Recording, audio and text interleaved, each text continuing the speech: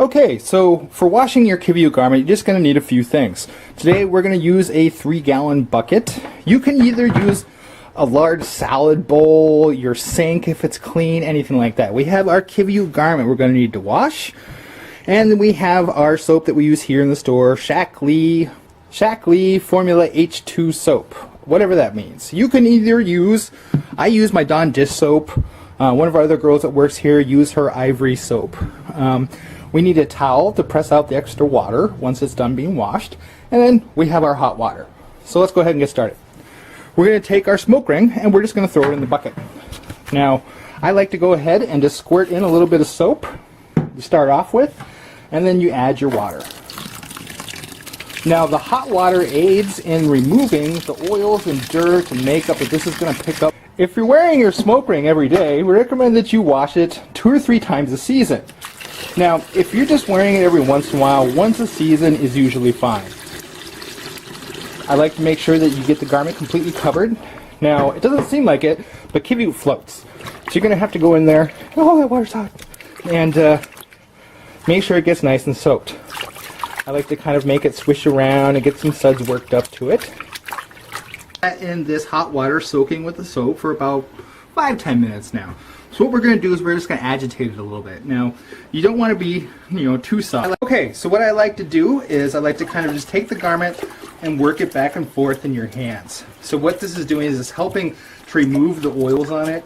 I am not taking it and like scrubbing it against itself. You want to avoid that because you're basically just going to rip the fibers apart. So just gently kind of working it like you would a stress ball or something like that. Just squeeze all the soap and liquid out. And if you look, the water's already getting a little bit of a dingy color to it. So it doesn't take much soaking time and much working it to really start getting it good. Now, you may have to repeat this process 2 or 3 times. I like to go until the water is just as clear as it was when I put it into the bucket in the first place. So now what we're going to do is we're going to repeat this process. Okay, so I've drained the water out of the bucket, so it's round 2. Add some soap. Now, our soap comes from a concentrate, so the amount that I'm adding here is probably a little bit more than you should use if you're using like your Dawn dish soap or your Ivory dish soap, just to let you know. Add your water in.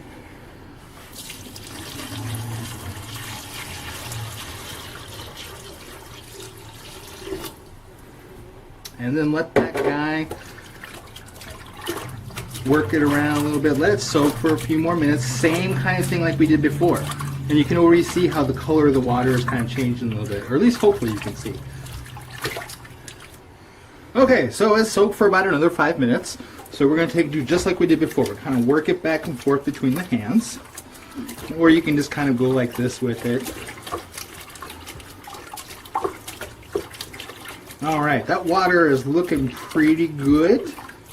Not too bad. I think most of that is soap, so that'll come out in the rinsing. Alright. So squish it all out. And now we're going to go rinse it. Okay, so we have this handy little filter in the bottom of the sink, and that's just to catch the extra little fluffies that come off of it. And if you can see, that was off of the first rinse that I did, or the first wash that I did. So we can go ahead and put that to the side. Now, I like to rinse in kind of like a medium cold water. It doesn't really matter. You can wash it whatever you want, or rinse it whatever you want. So just kind of keep going like this, working it back and forth. And you look at the water in the sink. You can see how the little bubbles are kind of coming out. Now, some of that is just from the water splashing, but some of that's actually soap. So I like to keep going until I don't see a lot of those bubbles in the sink. And if you're really curious, you can take it, squish it out, and kind of bring it out. Now you see these little glistening parts? I think that's soap. I just keep going until that's gone.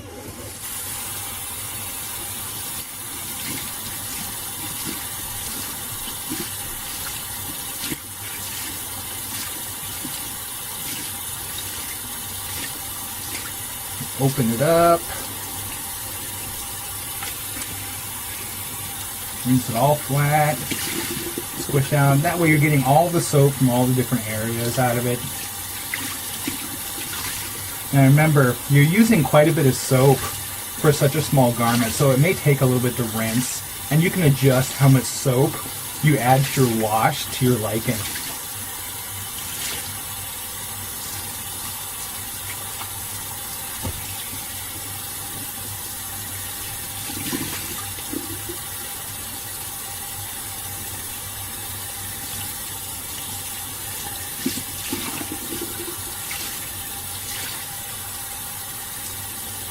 Alright, I'm going to call that pretty good. Okay, so this is the smoke ring all rinsed. So all we're going to do is we're going to lay it out flat. We're going to kind of give it a little bit, to right it a little bit, what we call hand blocking. Now you take your towel, lay it out, take your garment, lay it in the towel, and then all you're going to do is just take and kind of roll it up. And you're just going to squish out the extra water.